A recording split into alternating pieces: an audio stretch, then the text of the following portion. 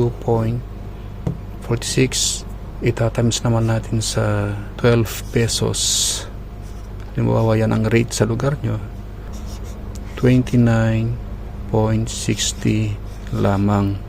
So ito ang babayaran nyo per month. Welcome guys, ito naman ang ating kukumputin.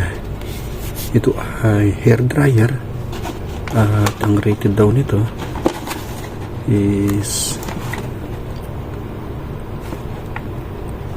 220 volts, 1250 to 18 watts, 50 hertz. I-actual natin kung ilang watts nga siya. So i-power on lang natin at doon tayo sa high, low, high, high.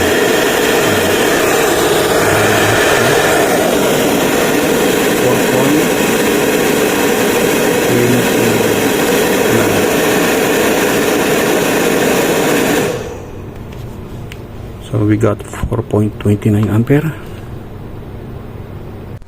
Ngayon guys, at nakuha natin yung ampere na 4.29. At ang voltage na gagamitin natin is 230. At sa paggamit ng power law, ang missing natin is yung power measured in watt.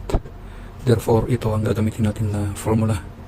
Since given yung I sa volts, therefore P is equal to 4.29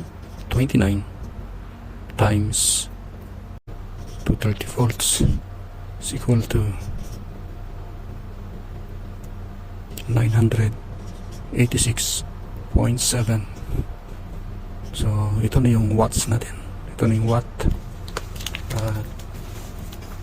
Gamitin naman natin itong formula na ito, kilowatt hour.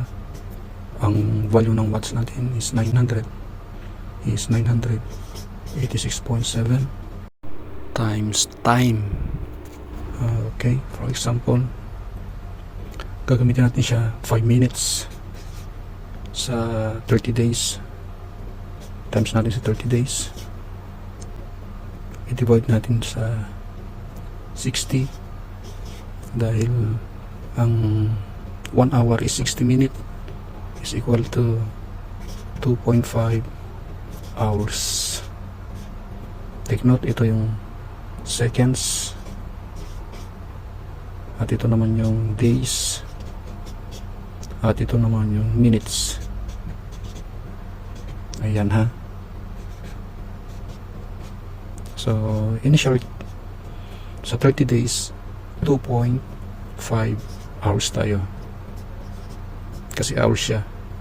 Ayan, so compute nito sa 30 days, divide lang natin sa 1,000 para maging kilowatt hour.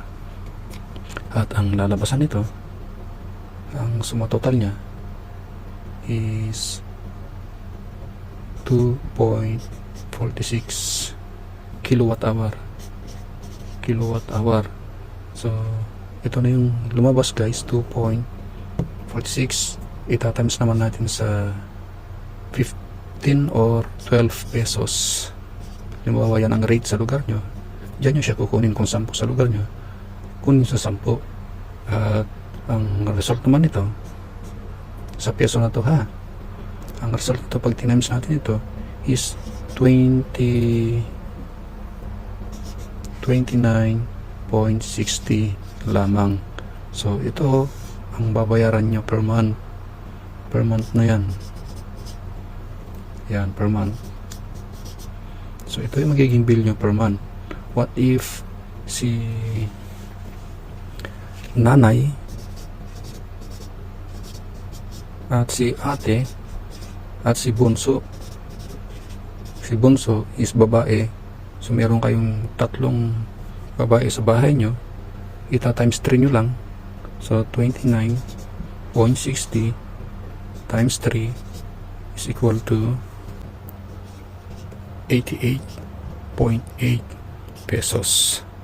So ito magiging bill nyo para lamang sa hair dryer na rated 250 to 1.8 watts. Pero yung nasukat natin is 4.29 ampere lamang. So dito natin siya kinuha. So ito magiging build yung mga idol sa isang babae sa loob ng tahanan. Pag tatlo, 88. Yan, magiging 88 siya. Thanks for watching. God bless.